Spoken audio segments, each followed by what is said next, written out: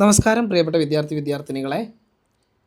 ഈ ചാപ്റ്ററിൽ നമ്മൾ പഠിക്കാൻ പോകുന്നത് ദർ ആർ എന്ന ക്ലാസ് നമ്മൾ കഴിഞ്ഞ ക്ലാസ്സിൽ പഠിച്ചു. അതിൻ്റെ നെഗറ്റീവായിട്ടുള്ള രൂപമാണ്. നേരത്തെ പറഞ്ഞത് പ്ലൂറലായിട്ടുള്ള നൗണുകൾ വരുമ്പോൾ അവിടെ ദർ ആർ ആണ് ഉപയോഗിക്കുക, ഉണ്ട് എന്നുള്ള അർത്ഥം കിട്ടുന്ന സെൻറ്റൻസ് ക്രിയേറ്റ് ചെയ്യാൻ. ഇനി അതിൻ്റെ ഇല്ല എന്നുള്ള അർത്ഥം വരുന്ന ദർ ആർ നോ എന്നതിൻ്റെ ഉദാഹരണങ്ങളാണ് ഈ ചാപ്റ്ററിൽ നമ്മൾ പഠിക്കാൻ പോകുന്നത്. ദർ ആർ എന്നുള്ളതിൻ്റെ നെഗറ്റീവാണ് നമ്മൾ പഠിക്കുന്നത്. ദർ ആർ എന്നുള്ളതിൻ്റെ നെഗറ്റീവ് ദർ ആർ നോ എന്നാണ്. There are no 5 rooms in my house. എൻ്റെ വീട്ടിൽ 5 റൂമുകൾ ഇല്ല. ഉണ്ട് എന്നുള്ളതിൻ്റെ നേരെ വിപരീതം. ഇവിടെ ദർ ആർ എന്ന് ഉപയോഗിക്കാൻ കാരണം റൂംസ് എന്നുള്ളതാണ്. റൂമുകൾ. ഒരു റൂമാണെങ്കിൽ there is no 5 room, there is no room എന്നാണ് പറയുക. നേരെ മറിച്ച് ഇവിടെ 5 ആയതുകൊണ്ട് റൂംസ് എന്ന് കൊടുത്തു. 5 റൂമുകളാണല്ലോ.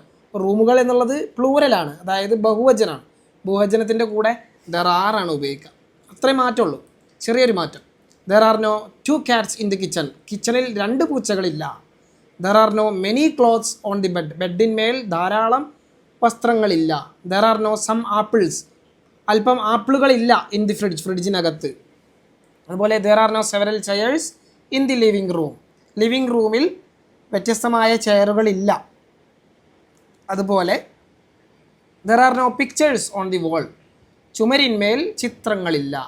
There are no flowers in the garden. ഗാർഡനിൽ പൂക്കളില്ല. There are no keys on the table. ടേബിളിന്മേൽ ചാവികളില്ല. There are no books under the sofa. സോഫയ്ക്ക് താഴെ പുസ്തകങ്ങളില്ല. അതുപോലെ there are no 30 students in the class. ക്ലാസ്സിൽ 30 വിദ്യാർത്ഥികളില്ല. There are no many subjects to study. പഠിക്കാൻ ഒരുപാട് സബ്ജക്റ്റുകളില്ല. അതുപോലെ ദർ ആർ നോ എക്സാംസ്. പരീക്ഷകളില്ല നെക്സ്റ്റ് വീക്ക്, അടുത്ത ആഴ്ച. There are no new computers. പുതിയ കമ്പ്യൂട്ടറുകളില്ല ഇൻ ദി ലാബിൽ. There are no teachers. ടീച്ചർമാരില്ല ടു ഹെൽപ്പ് അസ്, നമ്മെ സഹായിക്കാൻ. There are no posters on the classroom walls. ക്ലാസ് റൂമിലെ ചുമരിന്മേൽ പോസ്റ്ററുകളില്ല. There are no few students. Few students, കുറച്ച് സ്റ്റുഡൻസ് ഇല്ല. ആബ്സെൻ്റ് ആയിട്ടില്ല ടുഡേ, ഇന്ന്. അതായത് കുറച്ച് സ്റ്റുഡൻസ് ഉണ്ട് എന്നാണ് അർത്ഥം. ആബ്സെൻ്റ് എന്നാൽ ഇല്ല എന്നാണല്ലോ ഓൾറെഡി. മറ്റുദാഹരണം നോക്കാം. There are no tall buildings in New York. ന്യൂയോർക്കിൽ ഉയരം കൂടിയ ബിൽഡിങ്സ് ഇല്ല.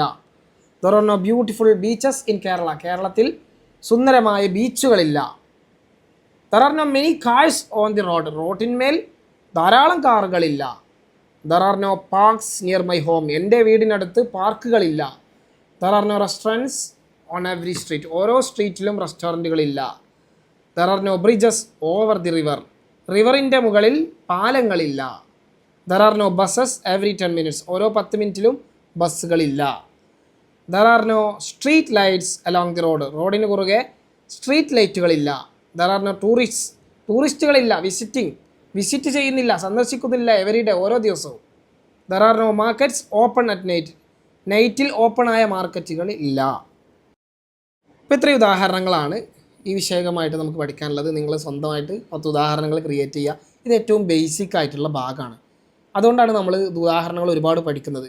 കാരണം പല ആളുകൾക്കും വലിയ വലിയ കാര്യങ്ങളൊക്കെ അറിയാം, ചെറുത് പലർക്കും അറിയില്ല. മനസ്സിലായല്ലോ? അത് എന്തുകൊണ്ടാണെന്ന് വെച്ചാൽ ചെറുത് പഠിക്കാതെ വലിയ വലിയ കാര്യങ്ങളിലേക്ക് നേരെ കയറി പഠിക്കുന്നതുകൊണ്ടാണ്. അങ്ങനെ സംഭവിക്കരുത്. നമ്മൾ പഠിക്കുമ്പോൾ ഒരു കാര്യം പഠിക്കുന്ന സമയത്ത് വിശദമായിട്ട് അതിൻ്റെ A to Z പഠിക്കണം. അല്ലാതെ വലിയ ഭാഗങ്ങൾ മാത്രം പഠിച്ചു കഴിഞ്ഞാൽ ചെറിയ ചെറിയ മൈന്യൂട്ടായിട്ടുള്ള കാര്യങ്ങൾ നമുക്ക് അറിയാതെ പോകും.